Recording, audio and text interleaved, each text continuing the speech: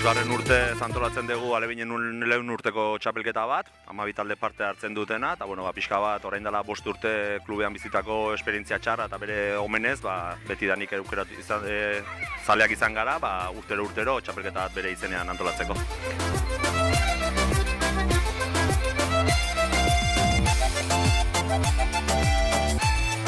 Urte, 2014ko maiatzaren 14ean gertatu zen, aurreneko urtean urte hortan bertan ez genuen ezer antolatu eta handik urte betera, ja iruditu zitzaigun momentua zala txapelketa hori hartu eta bera ere gogoan edukitzeko.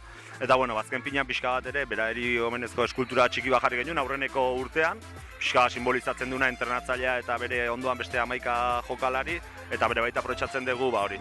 Taldeko bilaunako umeei esplikatzeko zein zan, eta pixka bat bere omenez jarrita dagoen eskultu hori zer dan, eta...